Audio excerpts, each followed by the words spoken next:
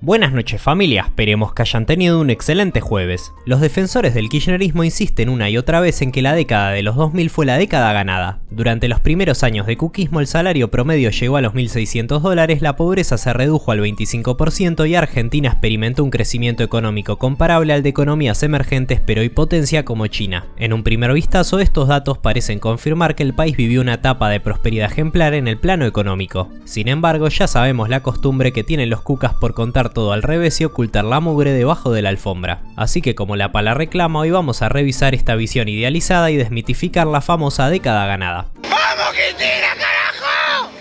El periodo considerado como la década ganada se extiende desde 2003 hasta 2011, cuando Néstor fue presidente en los primeros 4 años y Cristina en los 4 siguientes. Esta etapa llegó después de la crisis económica de 2001 que dejó a Argentina en una situación crítica con una pobreza que superaba el 60%, un desempleo de casi el 20% y una caída del producto que llegó a estar en 16% del PBI. Sin embargo, para cuando nuestro amigo de mirada profunda dejó el poder, la pobreza había caído al 37%, y bajo el mandato de Cristina esa cifra descendió aún más hasta llegar a un 26%, y en total ambos lograron reducir la pobreza más de un 30%. Estas cifras a primera vista reflejan un milagro económico y nos hacen ver a la condenada como la buena de la historia. Este progreso social también se manifestó en el aumento de los salarios durante ese periodo. En los 8 años de kirchnerismo el salario real se duplicó y en términos de dólares se multiplicó por 5, y además el desempleo pasó de un 20 a un 7%. Estos logros fueron posibles gracias a un crecimiento económico extraordinario con un promedio anual de crecimiento cercano al 8%. También se redujo la deuda externa, que pasó de casi el 100% del PBI en 2004 a un 40% en 2011. Ahora bien, ¿fue todo tan positivo como nos hacen creer? Bueno, este relato tiene más problemas que los archivos de Dugan y Tenenbaum. Lo que muchas veces no se dice es que si bien estos números reflejan una mejora en varios indicadores, hay factores subyacentes que permiten cuestionar si esa década ganada realmente fue un éxito rotundo, si todo fue producto de circunstancias excepcionales que no se sostuvieron a largo plazo. O sea, digamos, no importa si estaba Cristina, Milei o Emilia Mernes de presidente, que probablemente esos años hubiesen sido buenos. Primero debemos tener en cuenta que Argentina venía de la peor crisis económica de su historia. La pobreza, el desempleo y los salarios estaban en niveles extremadamente alarmantes. Durante los últimos años de crisis el presidente Eduardo Duhalde implementó un ajuste fiscal muy severo, reduciendo el gasto público en un 7% del PBI. Este ajuste, junto con la devaluación del peso que acabó con la convertibilidad, destruyó totalmente los ingresos de los argentinos y permitió que la economía se volviera más competitiva. La devaluación hizo que los productos argentinos fueran más baratos y atractivos en los mercados internacionales. Como resultado, Argentina experimentó un rebote económico natural después de la crisis,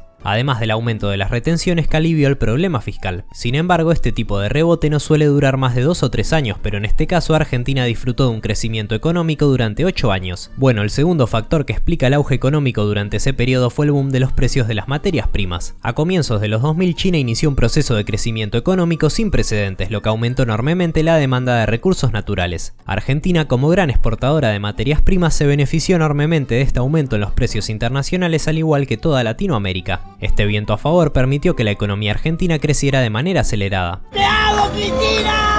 Pero antes de continuar, déjame hablarte del sponsor de este video. La mayoría de los países latinoamericanos tienen estos problemas: muchos impuestos, una inflación galopante y encima salarios muy bajos. Entonces mucha gente en búsqueda de una vida mejor decide emigrar a países del primer mundo. Bueno, ¿qué harías si te digo que puedes conseguir un salario del primer mundo pero sin tener que alejarte de tu familia o de tus seres queridos? Pero espera, no es uno de esos Ponzi donde tenés que invitar a 5 amigos más para ganar un 700% mensual. Lo que se ofrece es una nueva profesión tecnológica, de la mano de una de las instituciones con más casos de éxito en todo internet, la cual ya tiene vasta experiencia en áreas como el desarrollo web, la inteligencia artificial o la ciberseguridad. Una institución que no te va a enseñar algo que ya no se usa, sino que una profesión actual, conectada con la realidad y extremadamente rentable, con la que conseguir un salario de primer mundo mientras trabajas remoto desde Latinoamérica. Y lo mejor de todo es que lo puedes aprender desde la comodidad de tu casa, sin límite de edad y sin ningún conocimiento previo. ¿Te gustaría descubrir cuál es la profesión de la que hablo? Bueno, conseguí que el ingeniero y programador Bienvenido Sáez, uno de los formadores de habla hispana más prestigiosos, te prepare una clase gratuita de 15 minutos para vos, donde vas a descubrir cuál es esta profesión, sus grandes ventajas y cómo aprenderla. Te dejo el enlace en la descripción y el comentario fijado. Sigamos con el video. Hay hay que bancar a los chivos.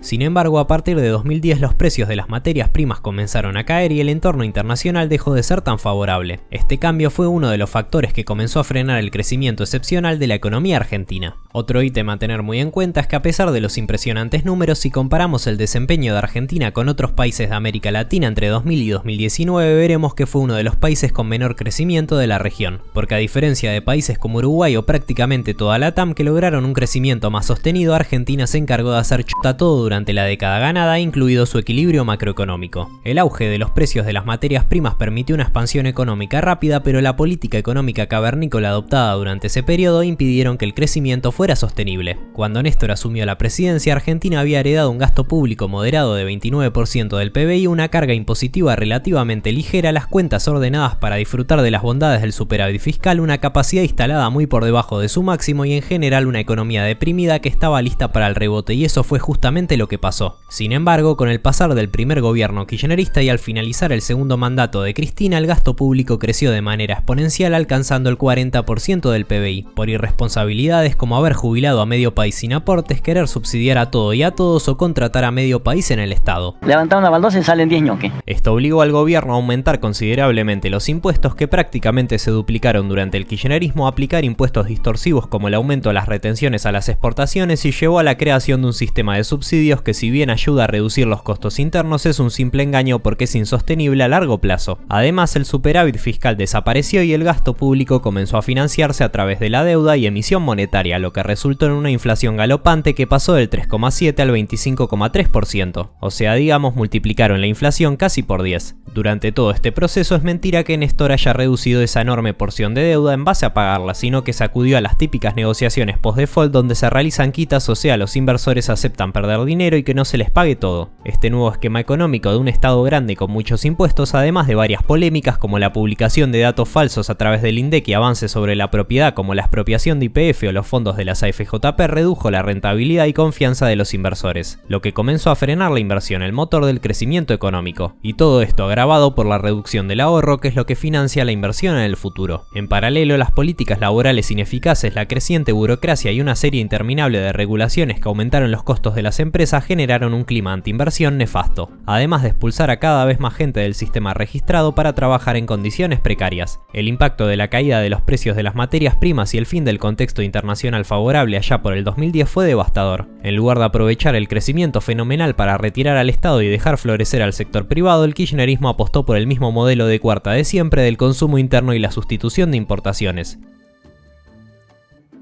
Más bien flojardo. Cuando el boom de las commodities llegó a su fin, la economía argentina comenzó a estancarse y entrar en una recesión interminable. Sin embargo, el gasto público siguió aumentando a pesar de estar en recesión, alcanzando el 46% del PBI en el tercer mandato de Cristina. La deuda externa también aumentó y la inflación siguió su curso ascendente, por más que Guillermo Moreno diga lo contrario, así como los salarios y la pobreza comenzaron a deteriorarse. El golpe final a la economía vino con la implementación del cepo cambiario, una medida que restringió el acceso a divisas extranjeras y terminó por agravar mucho más la situación. El cepo cambió radicalmente la dinámica económica, afectando a las exportaciones, las importaciones y las inversiones. Esta medida contribuyó al estancamiento y a la recesión y se mantiene hasta el día de hoy. En resumen, el kirchnerismo heredó un contexto económico favorable para el crecimiento económico, tanto interna como externamente, pero después de 3 mandatos y lo que se promocionó como una década ganada, Argentina quedó atrapada en una estructura económica insostenible, con un gasto público fuera de control, una inflación africana, un sistema regulatorio que arruinó a las empresas y trabajadores y menos inversión que la colecta de Maratea para Independiente. Polenta cremosa. La disminución de la pobreza y el aumento de los salarios fueron efectos de la recuperación post-crisis y del contexto internacional, pero el modelo económico que se aplicó resultó insostenible a largo plazo. Modelo económico muy similar al del gobierno de Alberto, pero claro, este no tuvo la suerte que tuvo el kirchnerismo en sus primeros años, de ahí la diferencia en sus resultados.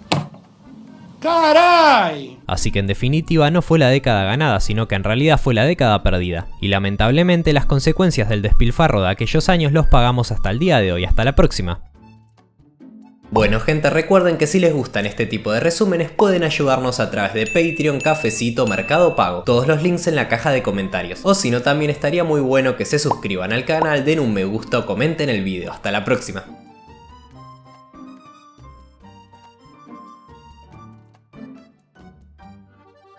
Son todos fachos menos yo, son todos fachos menos